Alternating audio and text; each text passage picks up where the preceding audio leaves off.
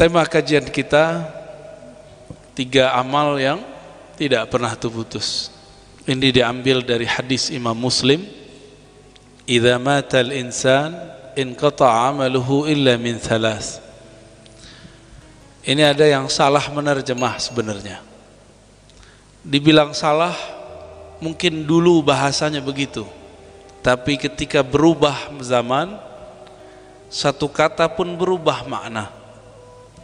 Idza matal insan, apabila manusia mati, inqata'a. Inqata'a beda dengan iqtata'a.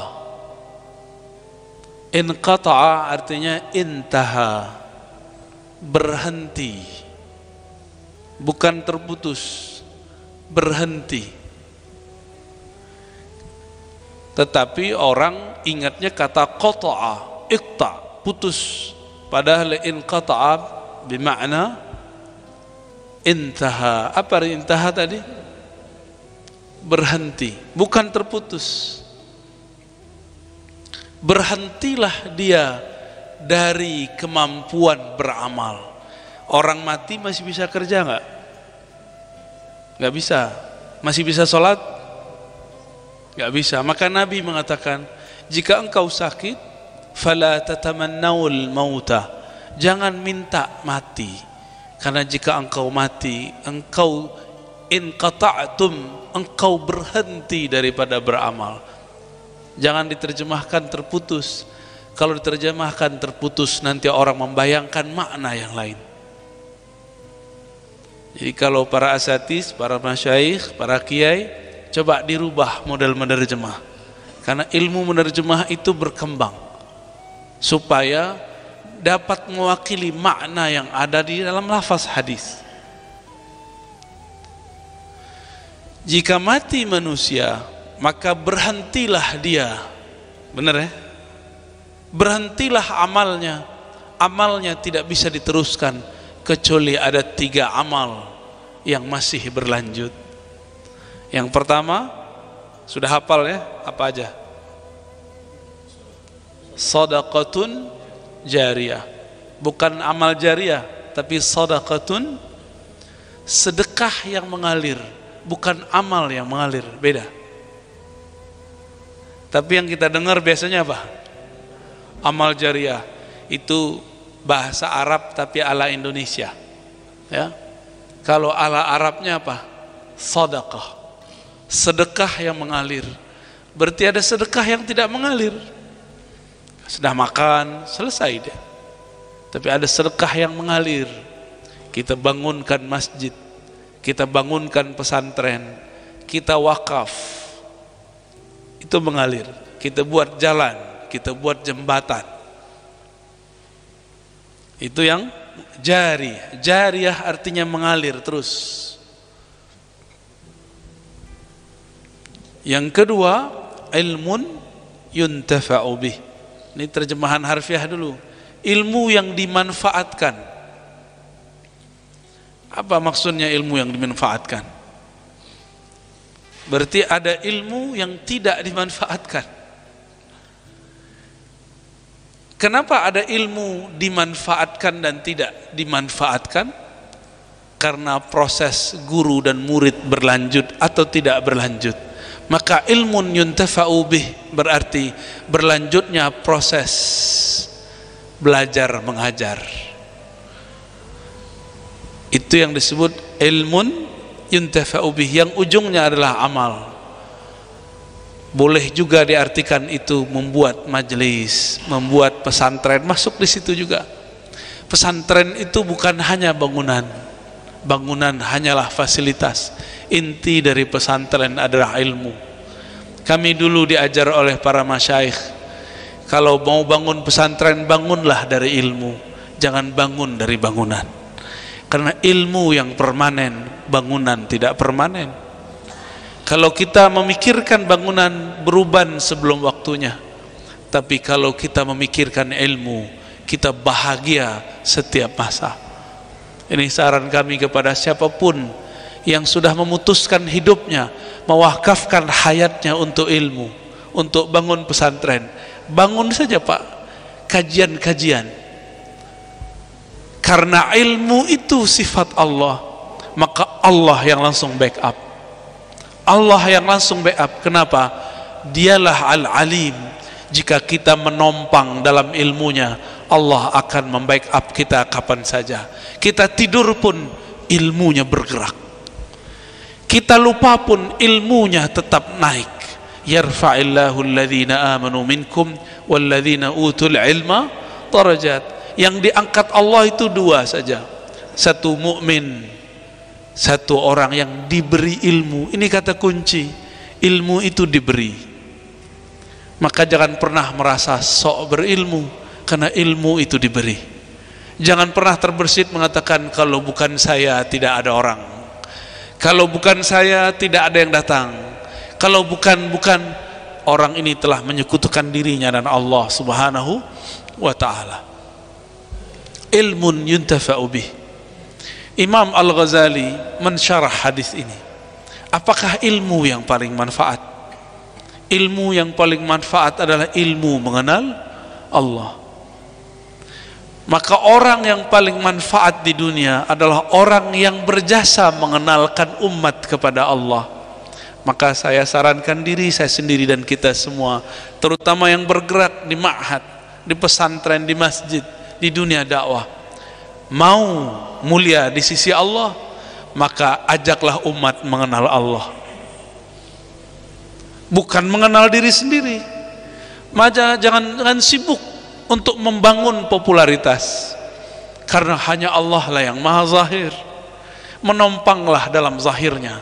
Bagaimana cara kita menumpang dalam zahirnya?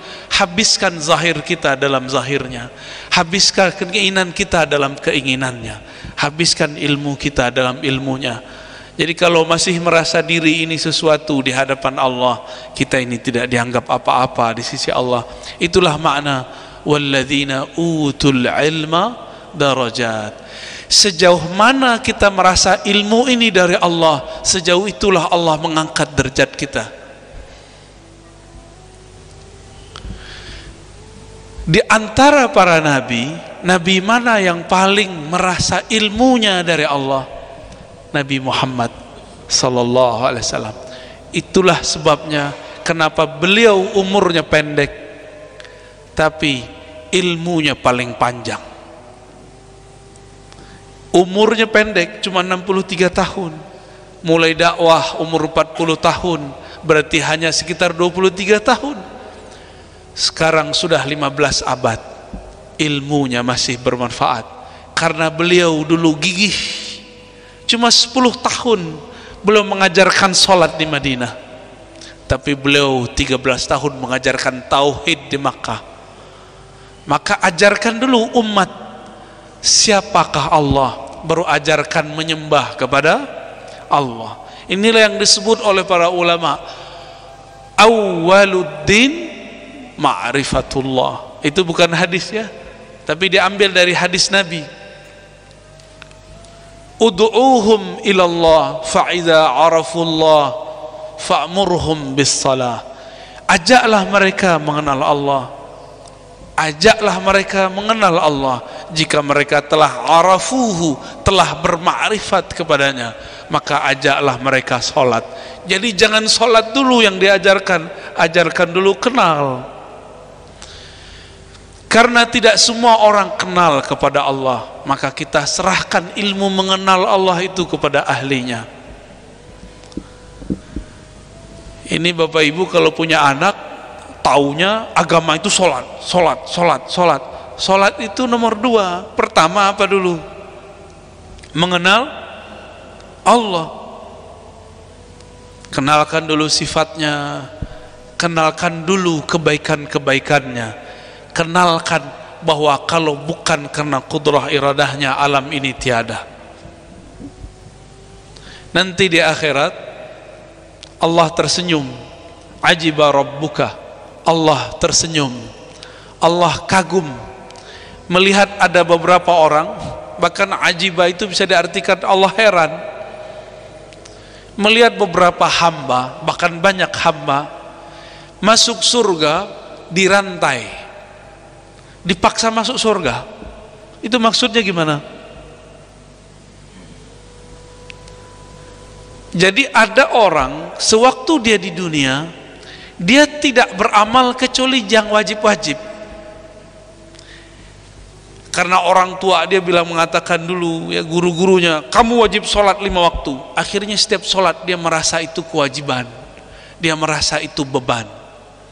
Nanti di akhirat dia tuh bingung. Di padang mahsyar tuh orang kan kayak orang linglung, Pak. Tiba-tiba Allah kirim malaikat rahmat, itu tangkap tuh mereka, masukin surga. Biasanya kalau ditangkap masukin mana? Neraka. Ini ditangkap masukin, maka disebutkan ajiba rabbuka, Allah takjub kok ada orang dipaksa masuk surga. Tangkap masukin surga, Pak. Ada yang ditangkap karena amal sholatnya, ada yang ditangkap karena dia bersedekah. Dia merasa zakat itu wajib, maka dia keluarkan zakat, maka Allah pun tersenyum, ya. Nabi SAW pernah bersabda, ittaqun nar walau bisyikki tamrah. Bersedekahlah kamu sehingga antaramu dan neraka terbangun tameng. Sahabat bertanya, wahai Rasulullah, aku tidak punya uang, aku tidak punya fulus. Apa kata Nabi? Qaulun ma'rufun sadaqah. Kata-kata yang baik pun adalah sedekah. Kalau tidak bisa sedekah, jangan ejek orang yang sedang mengajak sedekah. Kalau tidak bisa sedekah, jangan sakiti orang yang sedang menggerakkan orang lain bersedekah. Itu disebut qaulun ma'ruf. Qaulun ma'ruf juga berarti al-azkar, zikir-zikir itu termasuk sedekah. Berdasarkan hadis Imam Bukhari dan Muslim, para sahabat datang kepada Nabi, ya Rasulullah, zahaba ahlud dusur bil ujur. Orang-orang yang punya uang, punya harta, mereka telah berangkat pergi dengan pahala yang sangat banyak. Mereka sholat, kami sholat. Kami puasa, mereka pun puasa. Kami tahajud, mereka pun tahajud. Tapi saat mereka sedekah, kami tidak bisa bersedekah. Ternyata dari zaman baginda Nabi, orang-orang yang tidak bersedekah nangis. Kalau sekarang kita gimana? Kalau bisa kita lari dari sedekah, ya. Saya dulu sering ngisi kajian tentang zakat. Itu hampir setiap tempat bapak ibu yang gelangnya banyak, ibu-ibu, bapak-bapak rumahnya bagus, mobilnya masya Allah. Itu kalau bertanya bagaimana caranya supaya nggak kena kewajiban zakat, rata-rata begitu. Kayak kita tukang pajak aja ya, biar gimana nggak kena pajak.